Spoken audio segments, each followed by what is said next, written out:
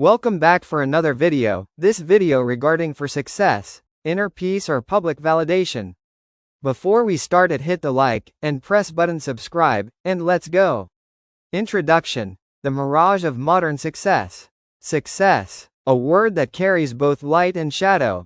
To some, it means freedom. To others, it means pressure. But for nearly everyone, it holds power, the power to shape identity, self-worth, and even destiny. From childhood, we are surrounded by invisible lessons. Parents, teachers, advertisements, and now algorithms all whisper the same message: you must succeed. But rarely does anyone stop to ask, what kind of success are we talking about? The shaping of a dream.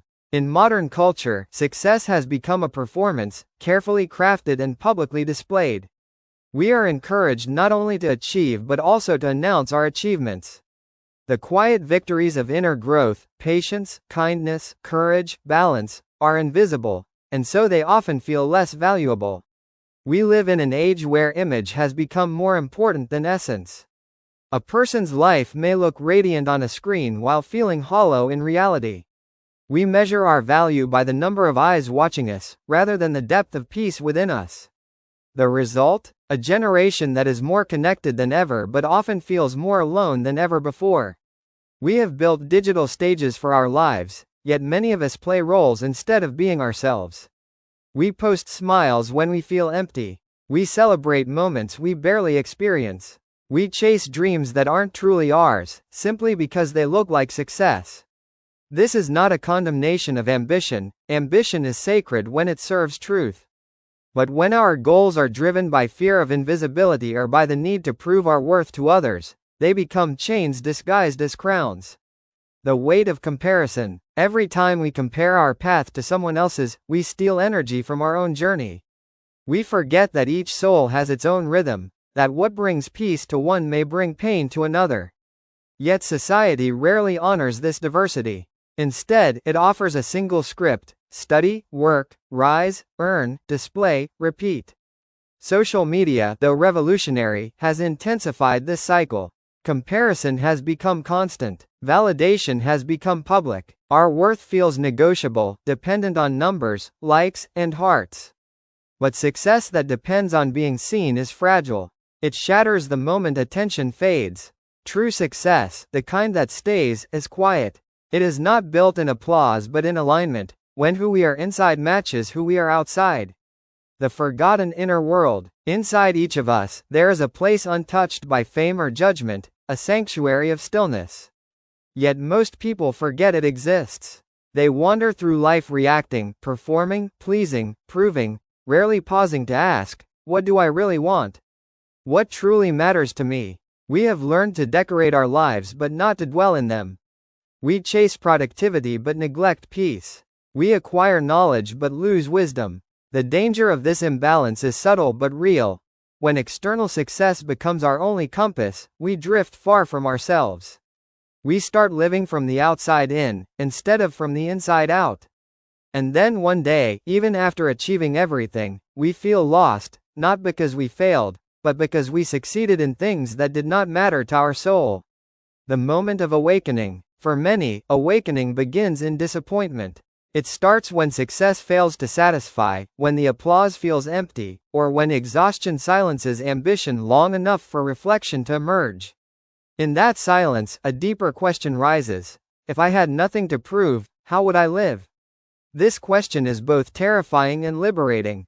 Terrifying because it removes the familiar walls of expectation. Liberating because it reveals that peace was never missing. It was only buried under noise.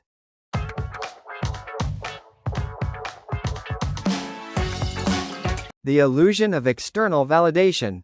When applause replaces peace, there is a silent addiction that modern society rarely names but nearly everyone suffers from: the addiction to approval. It hides beneath ambition, behind achievement, and even within kindness. It disguises itself as confidence while quietly feeding insecurity. It is the hunger to be seen, liked, and validated, not for who we are, but for how we appear. The seed of validation. Validation begins innocently. As children, we crave our parents' smiles, our teachers' praise, our friends' acceptance. These moments of recognition shape our early sense of self. We learn quickly. Approval equals love, disapproval equals pain. But as we grow, the lesson distorts. Instead of finding confidence in our own worth, we start chasing the reflection of worth in others' eyes. Every compliment becomes a small hit of dopamine, every criticism a wound. We forget the simple truth. Validation is supposed to confirm value, not create it. In the age of social media, this ancient hunger has found endless food.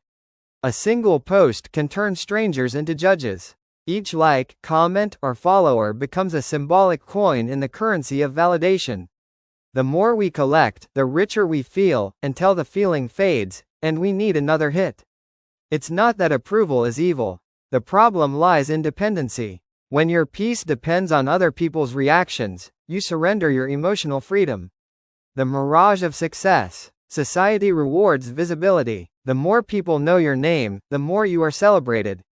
We call it success, but often it's a mirage, a shimmering image that disappears once you get close enough. Consider the celebrity who cannot sleep without reading comments, the executive who feels empty after every promotion, the student who hides anxiety behind perfect grades. From the outside, they look fulfilled. From the inside, they feel invisible. Why? Because validation, unlike peace, never lasts. It satisfies the ego but starves the soul. The ego thrives on comparison. It doesn't want to be good, it wants to be better. And so, no matter how much praise we receive, it's never enough. There's always someone richer, younger, more beautiful, more admired. The ego keeps whispering, "You're almost there, just a bit more." But a bit more never ends. The mask of performance. In this pursuit, many of us learn to wear masks. We hide sadness behind smiles, doubt behind confidence, emptiness behind success. We perform happiness until it becomes a habit, and the performance itself becomes our identity. Social media is the global stage for this act. We curate moments that make our lives look whole while we privately feel fragmented. We edit our flaws, filter our fears, and present a self that may impress others but exhausts us. Authenticity, the ability to be real, becomes a quiet rebellion. The irony is that the more we perform, the less we are seen. People may love our image but never truly know our essence. And what is the use of being admired if the person being admired is not who we really are? The psychology of approval. Modern psychology offers a clear explanation for this cycle. Our brains release dopamine, the feel-good neurotransmitter, whenever we receive social approval. It's the same chemical that rewards us for eating, winning, or falling in love. The problem is that, unlike those natural rewards, validation from others is unpredictable. Sometimes we get it, sometimes we don't. This unpredictability creates addiction. Just like gamblers pull the slot machine handle hoping for a win, we refresh our screens, check messages, count likes, hoping for that brief rush of being seen. In time, our nervous system becomes wired for external feedback. We stop asking ourselves, "Do I like who I am?" and start asking, "Do they like me?" The consequence is spiritual fatigue. We live on emotional credit, constantly borrowing confidence from the opinions of others. The silence beneath the noise. Imagine a day with no notifications, no applause, no external approval, just you, your thoughts, and your life. Would you feel peaceful or anxious? That answer reveals everything. Inner peace is not the absence of sound, it's the absence of dependency. It means standing in your truth even when no one claps. It means doing the right thing even when no one notices. It means finding value in being, not performing. Throughout history, the wisest among us have known this truth. Socrates warned against living by the opinion of the many. Buddha spoke of liberation from craving, not only for pleasure but for approval. And countless mystics found joy in solitude because they discovered that silence is not emptiness, it is presence. But in our time, silence is almost feared. Many equate quietness with failure, rest with laziness, humility with weakness. The irony is that the very peace we seek is buried beneath the noise we create. The courage to be unseen. To step out of the cycle of validation requires courage, the courage to be unseen, misunderstood, even forgotten. It means doing what is right rather than what is popular, pursuing what is meaningful rather than what is marketable. It doesn't mean rejecting people, it means releasing the need to impress them. When we no longer depend on external validation, we rediscover freedom. We can fail without feeling worthless, succeed without feeling superior, and love without fear of rejection. True confidence is quiet because it no longer needs to prove anything. Redefining value. The next time you achieve something, ask yourself, do I feel proud because this aligns with my values, or because others will see it? If your joy would vanish in silence, it wasn't real joy, it was performance. But when your peace grows even without applause, you have touched something eternal. Success that comes from validation fades with attention. Success that comes from integrity endures with time. The lesson of stillness. Spend time alone. Disconnect. Let yourself feel unseen. At first, it may feel uncomfortable, even painful, the withdrawal from external approval. But stay there. Watch the discomfort. Beneath it lies something extraordinary, self-acceptance. When you no longer need others to confirm your worth, every interaction becomes lighter. You give freely because you are no longer giving to get. You work passionately because the work itself becomes the reward. You love genuinely because love is no longer a transaction. That is the beginning of peace. Closing reflection. External validation is not evil, but it is unstable. It can inspire us but should never define us. The applause of the world is beautiful, but only when it echoes a deeper truth, that we already feel whole without it. The illusion of validation will always exist, but awareness dissolves its power. When you realize that every compliment and criticism says more about the speaker than about you, you begin to live freely. And that freedom is the first form of success, the one that no one can give you, and no one can take away.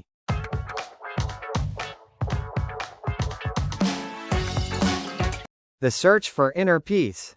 The quiet success within. There is a silence deeper than the absence of sound, a silence that lives beneath the noise of thoughts, beneath ambition, beneath fear.